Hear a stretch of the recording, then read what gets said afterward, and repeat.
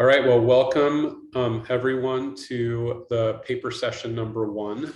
And my name is John Perlman. I am serving as the moderator for this session, and I'm excited to have you participate. I will pass it off to the speakers, just a couple of items to let you know about. First, we have three different presentations today, 2 by Karen Rispin and 1 by Paulina Villacreces. And please post your questions in the chat. Each will take questions after each presentation. And then we'll have some time, I think, at the end also to have more dialogue about each individual presentation or the topic in general. I will be able to provide the CEU code at the end of the session. Without any other further delay, I'll hand it off to Karen to start the first presentation. Well, hi, everybody. I want to tell you a little bit about translating outcomes tool into Spanish. And I'm presenting for Kit Frank, who wasn't able to be part of this because she is currently, I think, in Ecuador and not able to be part of what we're doing. So I'm going to go ahead and share my screen.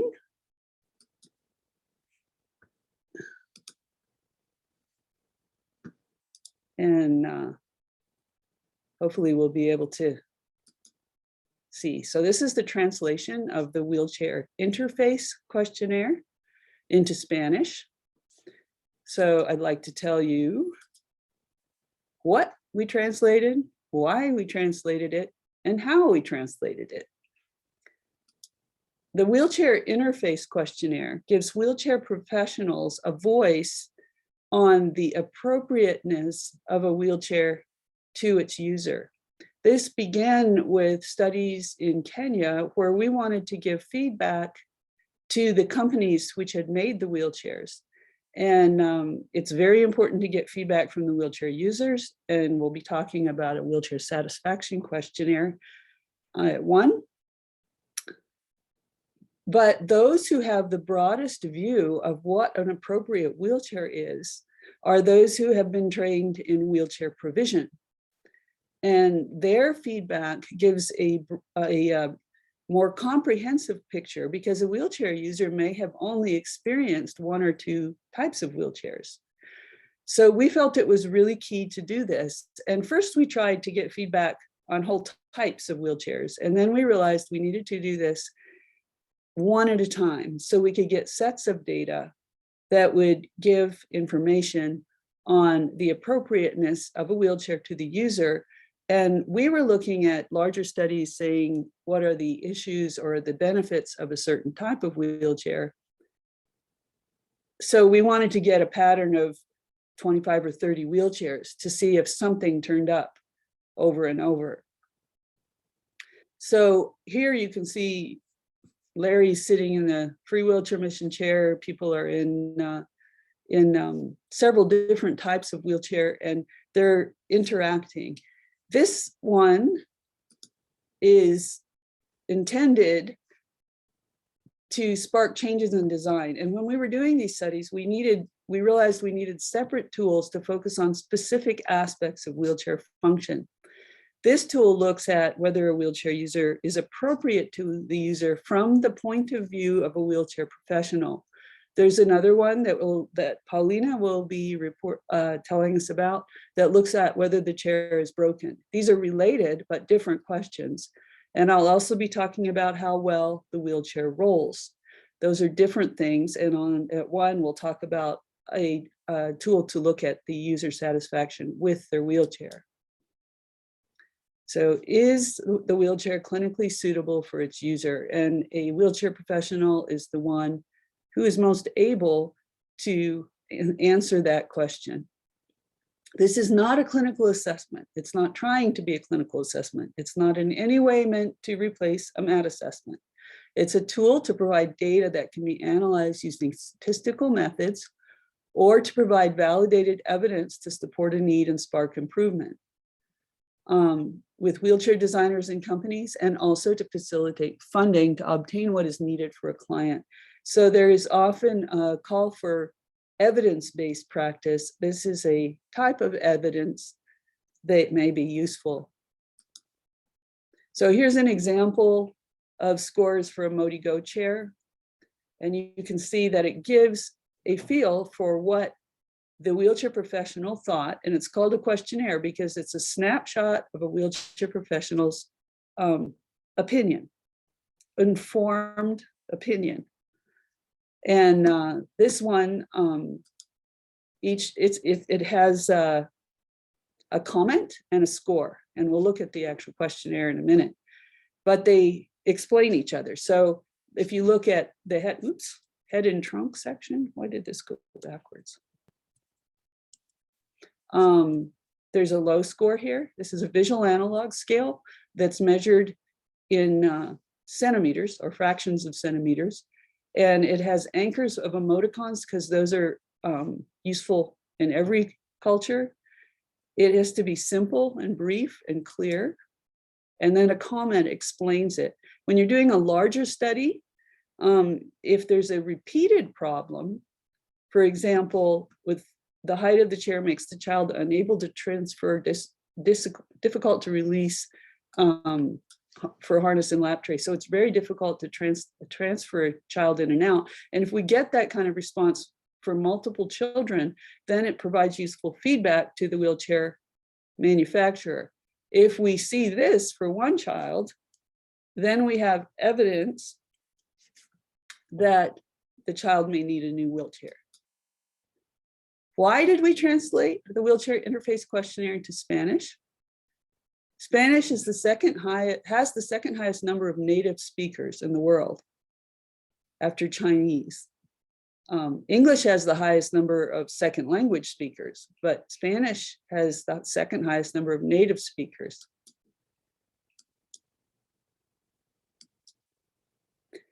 It's underrepresented in research studies. In the US alone, Spanish speakers make up 17% of the population, but only 1% of the clinical trial participants.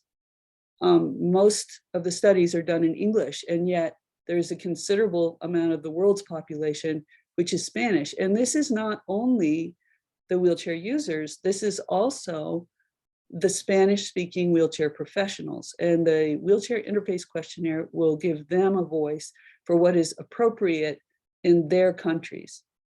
So how did we do the translation?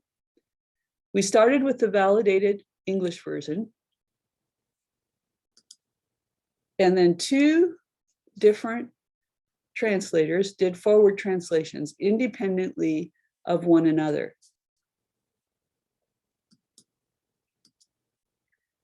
They then looked at their independent forward translations, and they came to an agreement, looked at the differences and came to an agreement.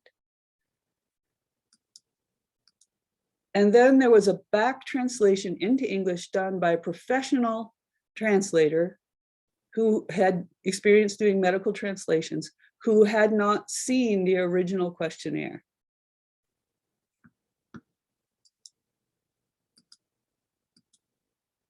And then again, the group met and came to an agreement.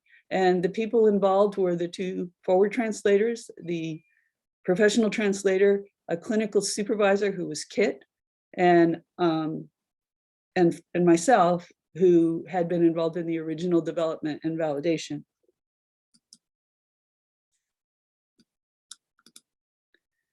So once that agreement was in place, we worked it through, we looked at the words that were used. There was considerable discussion at this stage as well about the different areas in the world where Spanish is spoken, because there are very different subsets of Spanish in different areas in the world. And we sought to use language that would be applicable because it's very simple and straightforward. In the original development of the English version, this was true as well, because we were using the English version in countries where most of the people we were working with who were wheelchair professionals were second language, spoke English as a second language. So simple language is very important. Then we had a Spanish version, and then there's one more step. Why is it not showing? Whoops. There. Use and debriefing. And to do that, that was stalled because of COVID. The whole translation process was sparked by demand in Ecuador, in Colombia, in Guatemala, and Argentina. And I actually had already left Laterno at this point. And so we had to look for a team to work together to do this because of the demand. And in these countries, it was primarily Colombia and Ecuador at this point, things were shut down because of COVID. So the use and debriefing part is stalled. However, we have a study planned for June in Guatemala, where this final step will be completed. Meanwhile, I'm very excited to say that these questionnaires have a new home. They are with the University of Oklahoma now, and are available in English and Spanish on their website. And I'm really excited that Dr. Jess Tesaurus is here in the session, and will be able to answer questions as well. She's going to be involved in the study in Guatemala and working with the rest of the team that did the translation for that final step. And then we're also planning a study using this outcomes tool to look at the function of B-line wheelchairs in Kenya after a period of use. Oops. What? Cancel. Cancel, cancel, cancel. Next. So our goal with these outcomes tools is to enable improved wheelchair provision. So we hope you enjoy using these tools in your practice. Our goal is to give people an ability to give feedback on the function of a wheelchair with enough granularity that change can be made. So these are wheelchair specific and focused on specific aspects of function. So questions?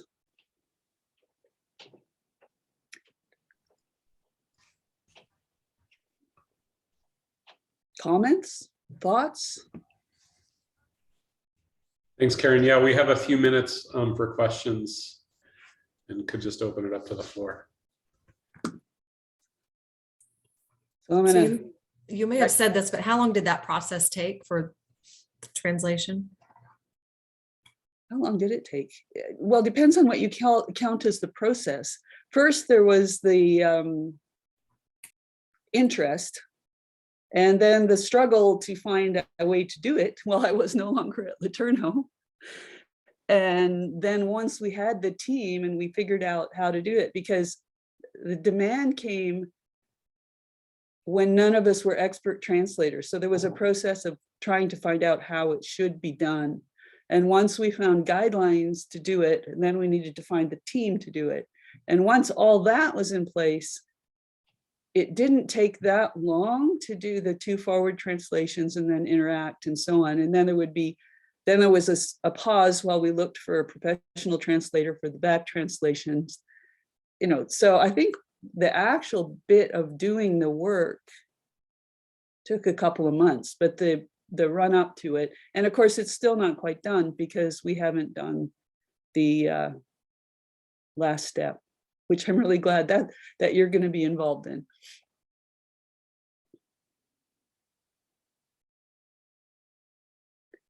So Paulina will be able to tell us more about what actually happened with the translation. So she may need a few more minutes to talk than I did. So I'm happy to let her begin sooner if there are no other questions. Yeah, sounds good. Let's hand it over to Paulina.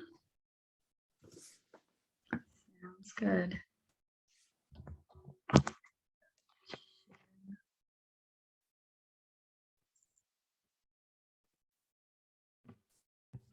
Can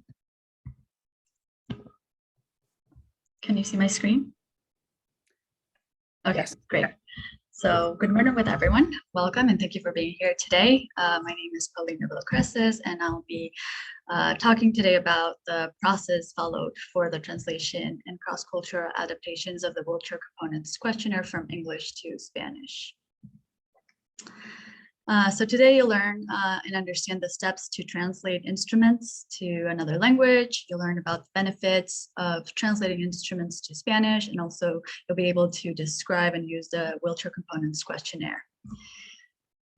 So let me give you a little bit of information about the wheelchair components questionnaire. It was developed as an outcomes measure for therapists and wheelchair providers to evaluate the wheelchair maintenance condition at different points in time after the wheelchair has been fitted to the user.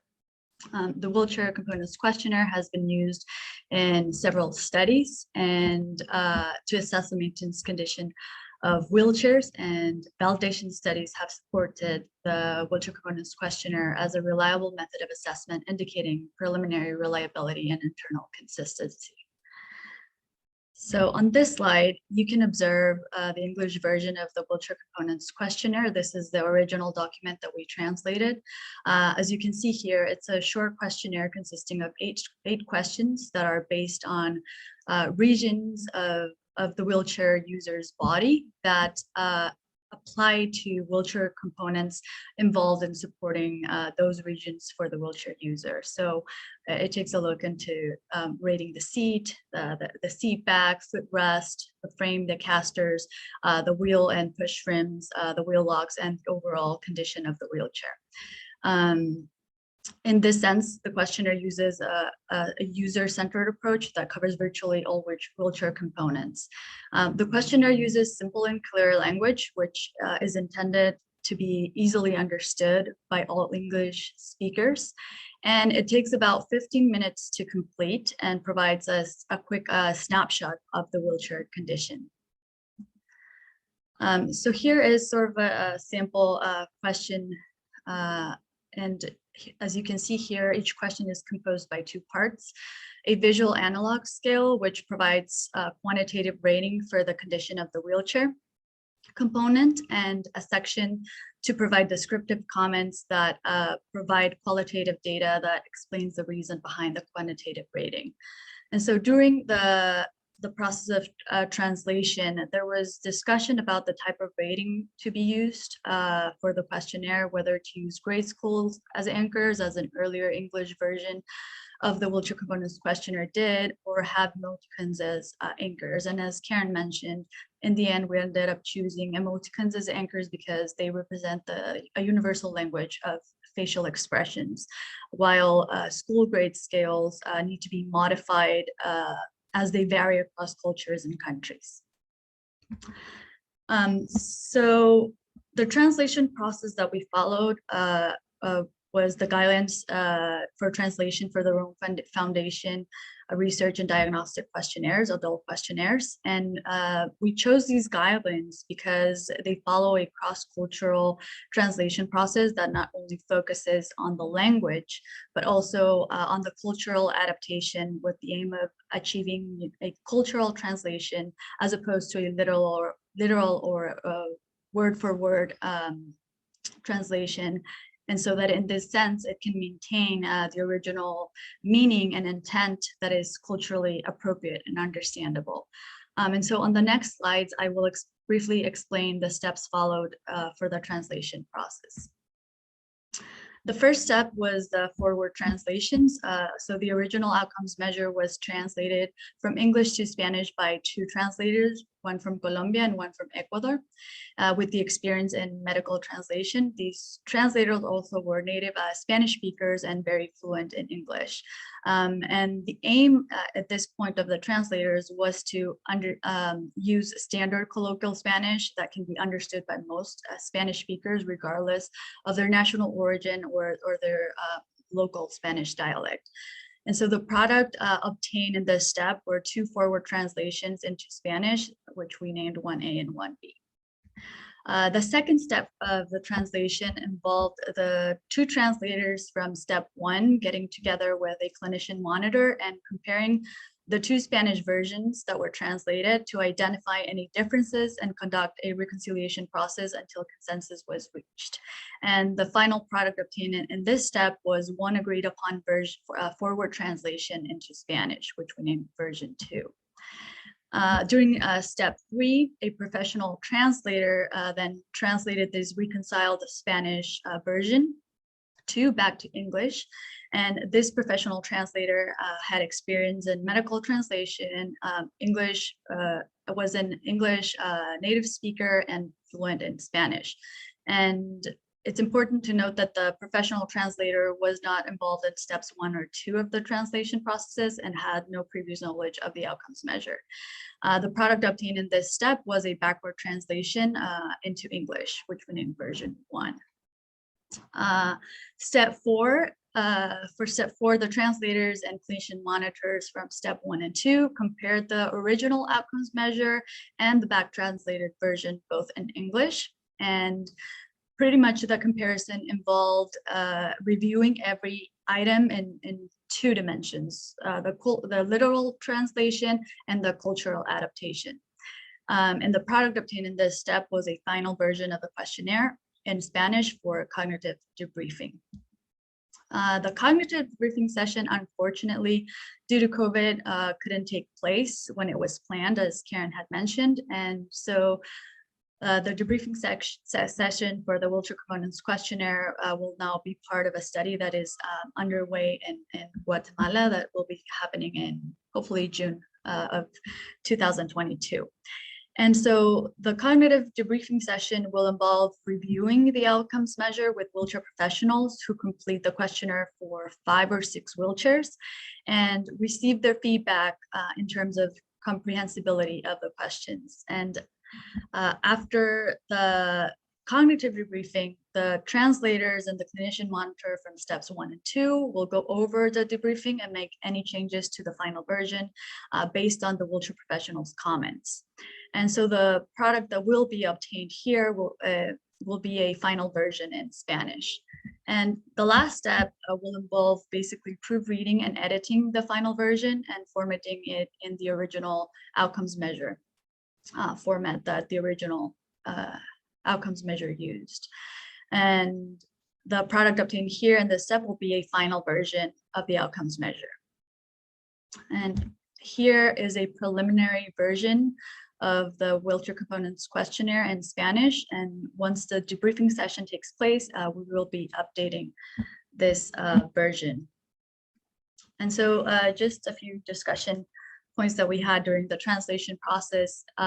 We were able to observe there are different terms used by different Spanish-speaking countries. And so consensus was reached to use the word term that is the word terms that are more widely used in colloquial Spanish.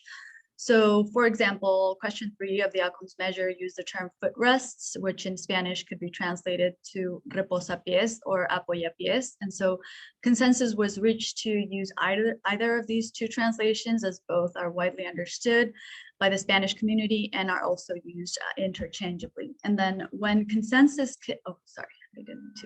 when consensus couldn't be reached, we opted to use the 2 most frequent used terms for ease of understanding.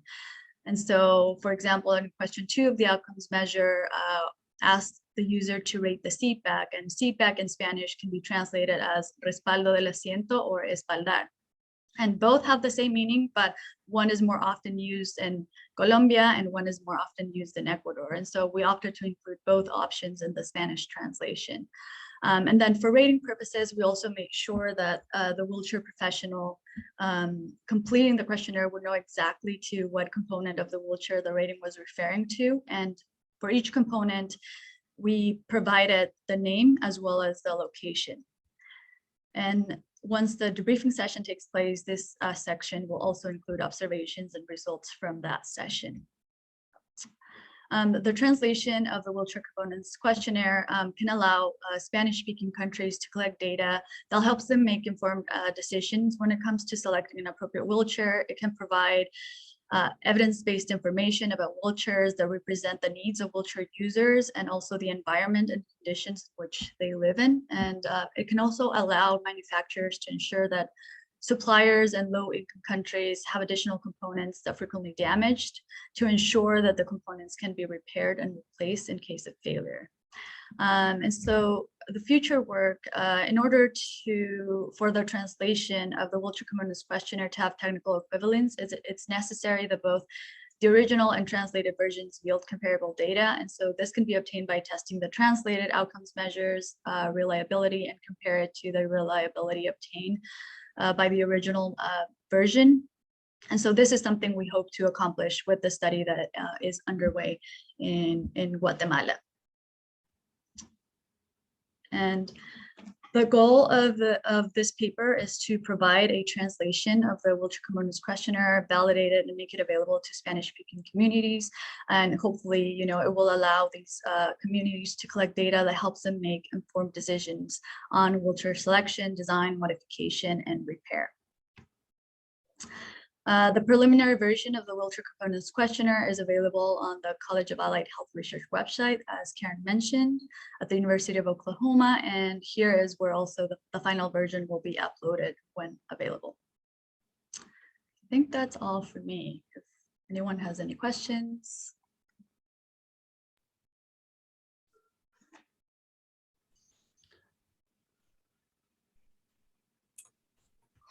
Hello, I just had a quick question. With the cognitive debriefing, are there certain questions that you ask the evaluators, or how does that work to get that information? Basically, what they'll do is use the wheelchair components questionnaire and go through evaluating a wheelchair and the different components, and we'll get their response in regards to, like, were they able to, was, you know, the question clearly understood, was it comprehensible, like those kind of comments. That's what we'll be looking for. So once the debriefing session is over, we'll go over with them to see what their understanding of the questionnaire is, like if they think like something should be added or it doesn't make sense in Spanish, or any type of change that they think that might not be working well with the questionnaire. Okay, thank you. It's great and important work, so thank you for presenting. Thank you.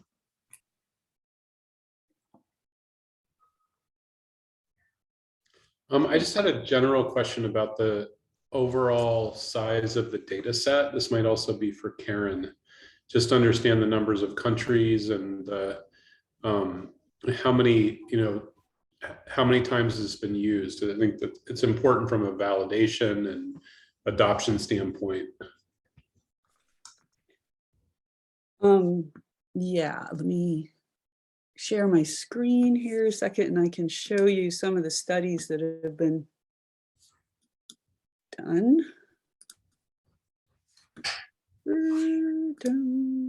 I want to do this anyway with the next one. So here's the wheelchair components questionnaire. And yeah, see, here's some of the studies we've used in. Great. Okay. And there was the reliability and internal consistency and so on. But there's also a longitudinal study assessing the maintenance condition of cadres of 4 types of wheelchairs in low resource areas. And that was, we looked at 4 types of wheelchairs over a period of 3 years. It wasn't a direct comparison. It was looking at the patterns of wear and breaking in them. Of course, that's specific to the local site, because this also, it looks at what breaks, but it also over years, of course, tells us what was repaired, because there's a comment for each one. I worked with the caster part of this for that. So some of the broken casters we packed up and sent in a box to UPIT when we got back. That was funny luggage to carry back, dirty, worn wheelchair casters. But yeah, it was able to give significant feedback to the wheelchair companies. The Free Wheelchair Mission modified their footplate in response. And Wheelchairs for Kids modified their caster and laterals just because of how they wore out. Right.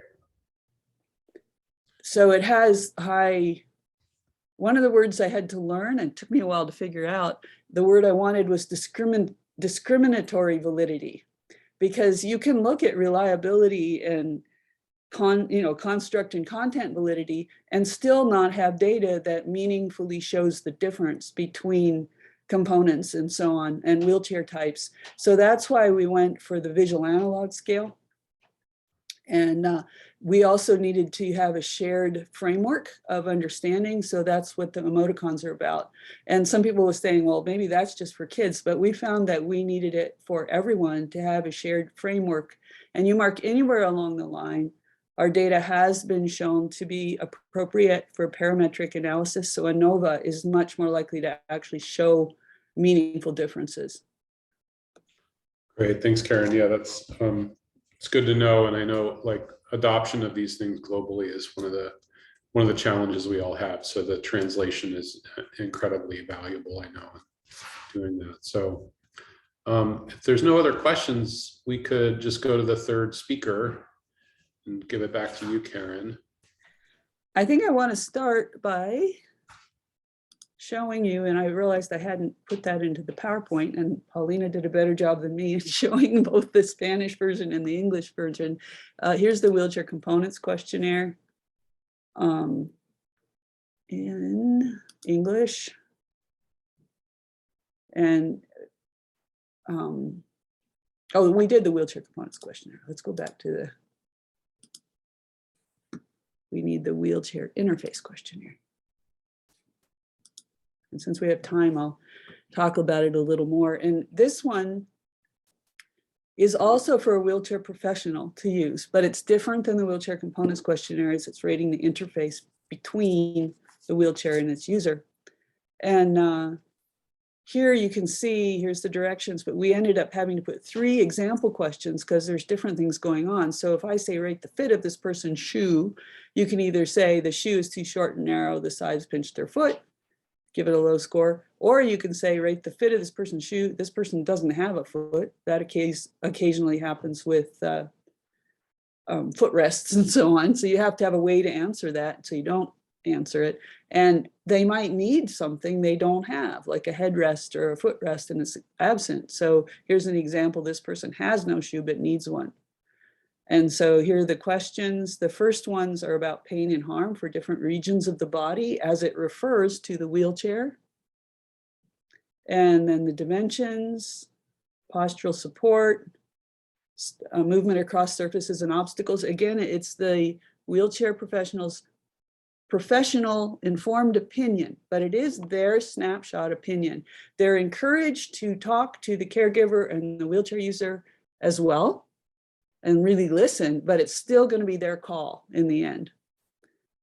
Mobility in small spaces, daily activities at desks or tables. We really had to work to find things that would be common to pretty much all wheelchair users, so there wouldn't be a lot of blank questions. But most wheelchair users, even children with many challenges, will at some point be trying to interact at a desk or table. Social contact, to be able to sit up and see. And then we had tried to use this in Kenya, and we realized we needed these 2. We heard back from all the wheelchair professionals saying, look, it's not going to work for them if they can't take it with them, even in the difficult situations there. And it's if it's really hard to transfer in and out of. So that's the wheelchair interface questionnaire.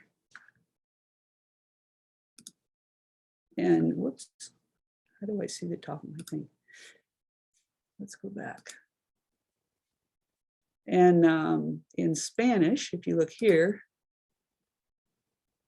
here it is in Spanish. And by the way, these are different sizes of paper because the thing has got to be printed so it has a 10-centimeter line.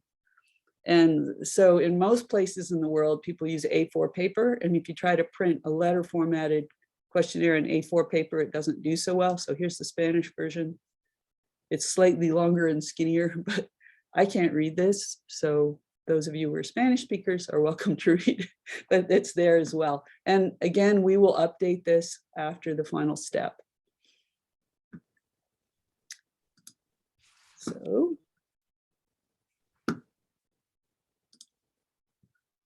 now to talk about the aspects of wheelchair mobility. So one other thing that we need to know about how functional a wheelchair is does it roll? And we had an experience with one type of chair where it provided pretty sort of adequate seating. And so it got decent marks for that, but it was so front heavy and that it didn't roll well on rough surfaces. And so we needed to look at that. And this one we started with early on because we looked at the timed roll test, the 6-minute time roll test, a time walk test that's very well used around the world as a measure of mobility, and thought we would try to use that. We're not the first study that has done something like that, but we worked. I'll describe what we did, but what did we translate was the aspects of wheelchair mobility test. Again, we wanted to look at specific aspects of function. Does a wheelchair roll well for its users in commonly encountered rolling environments?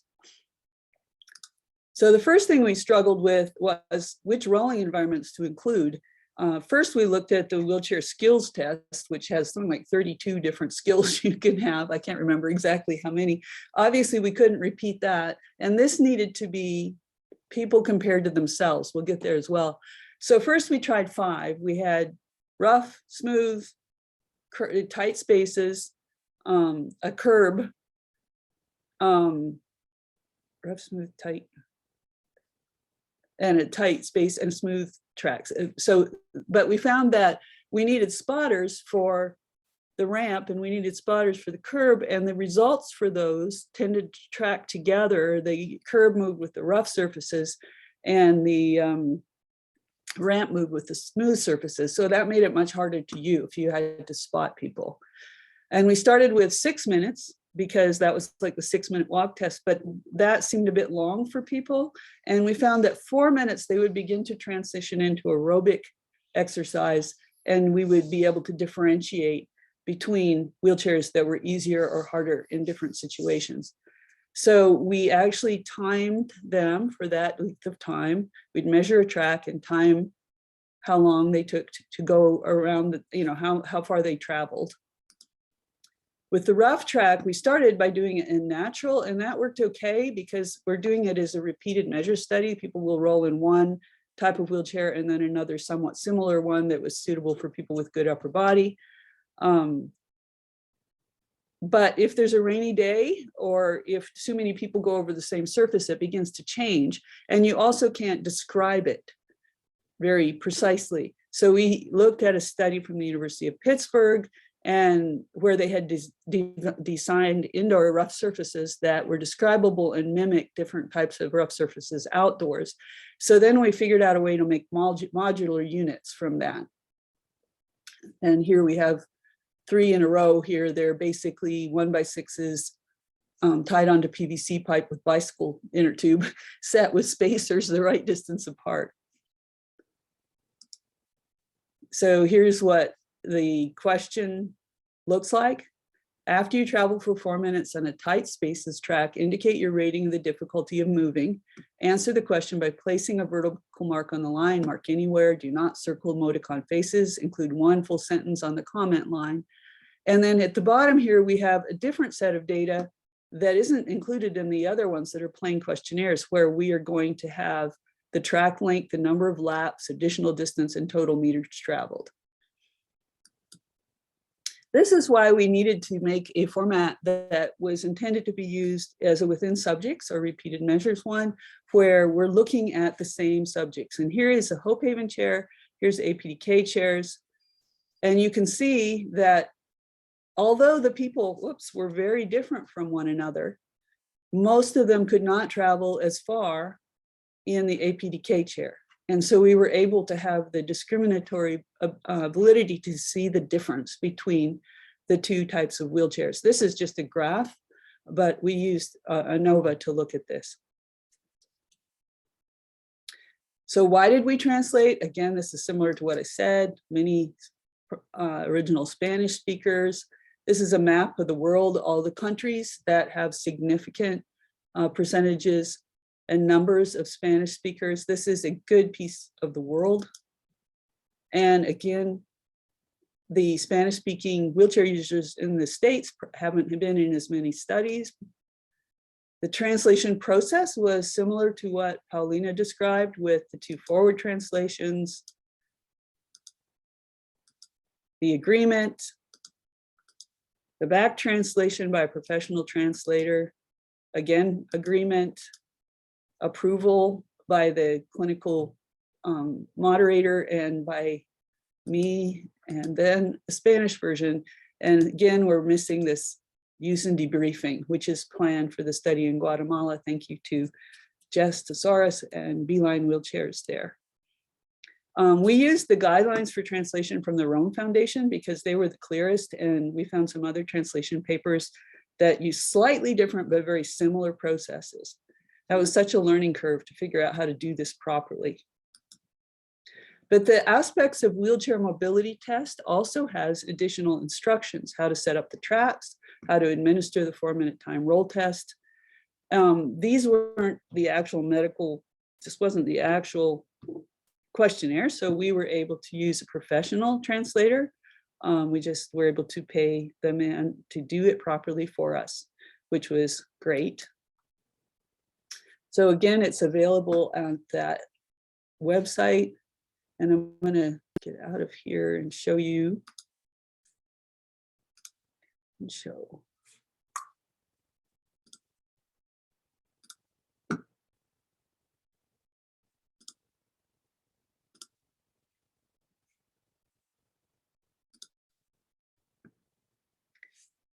And notice it says the letter format, conditions of use instructions, and here you can have these conditions of use instructions.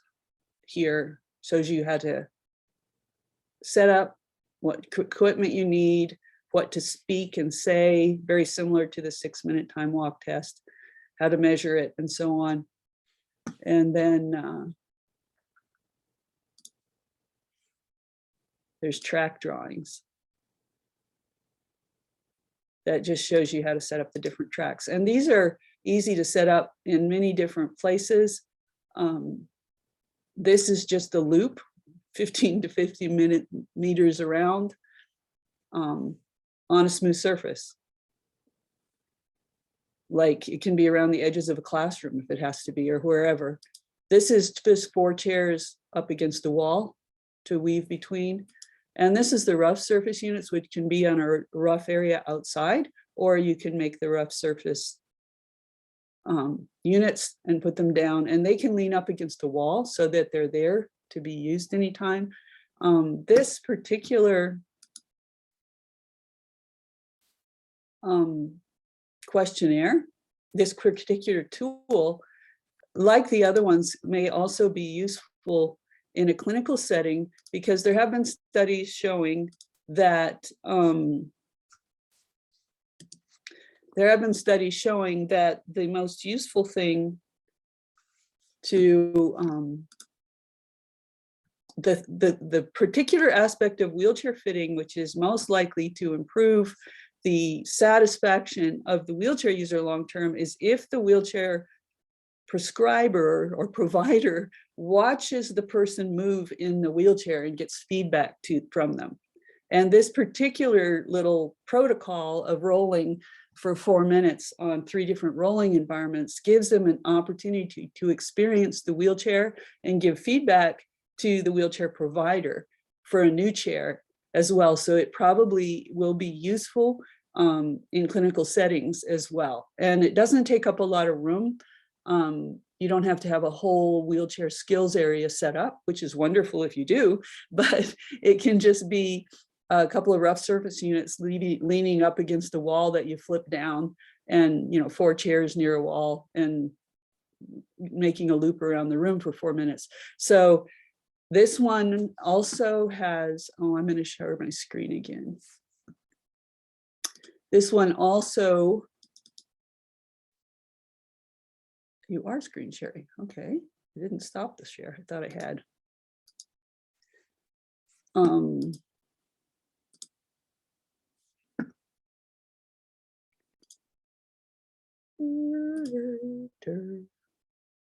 Has papers associated with it, and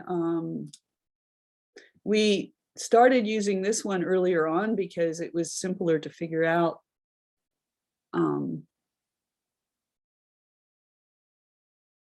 see, here's a couple of papers that are comparing different types of wheelchairs. See, comparison between performances of 3 types of manual wheelchairs. Discriminatory validity demonstrated by comparison of 4 wheelchair types. And then also we did look at how hard it is to push. It's been used for pushers as well, because in the developing world, many people who have a child with complex needs don't have access to a power chair, and they do have to push that chair around, and it can slow down the mobility of both the caregivers and the child.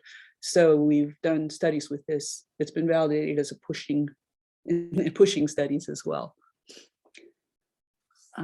Stop share. Questions?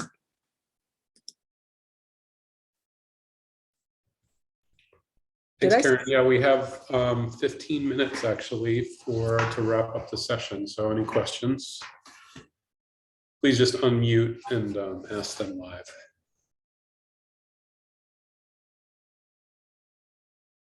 Krithika, hi. Hi, Karen. How are you? Good. It's nice to see you. Do you have any questions for me? Are you thinking about using these in India too? Good question. I'll need to discuss with my team, but great resource. I'll definitely share them to our social media platforms. So please feel free to email them.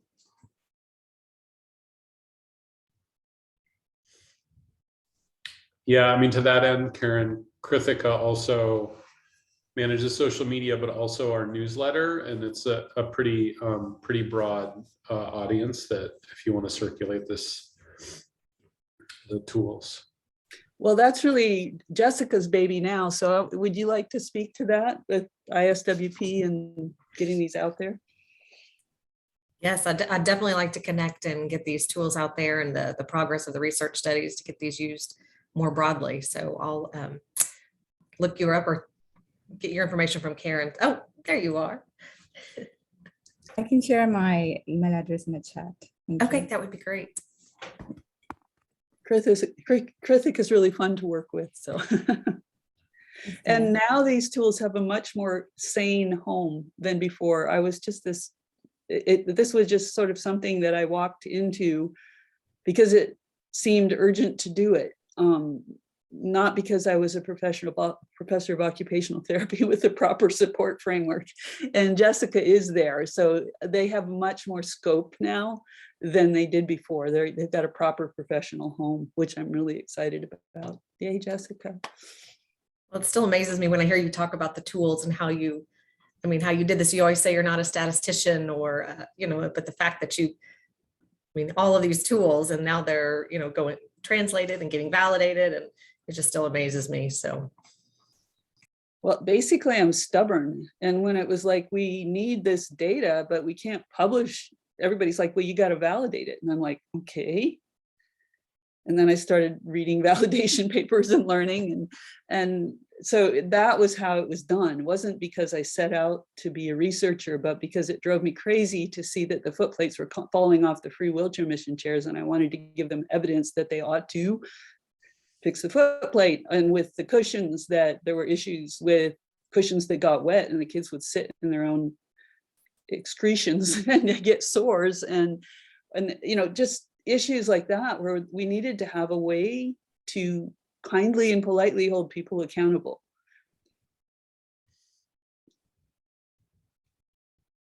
So. Great. Well, thanks, Karen and Paulina, for the presentations. If there's no other questions, I will just share the code in the chat. It's EI8INL, and I just posted it there in the chat.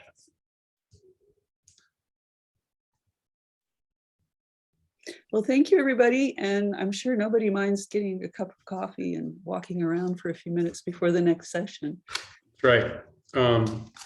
Thanks, everybody. Appreciate your attendance at ISS and look forward to seeing you in other meeting rooms. Thank you, guys. Thank Take you so care. much.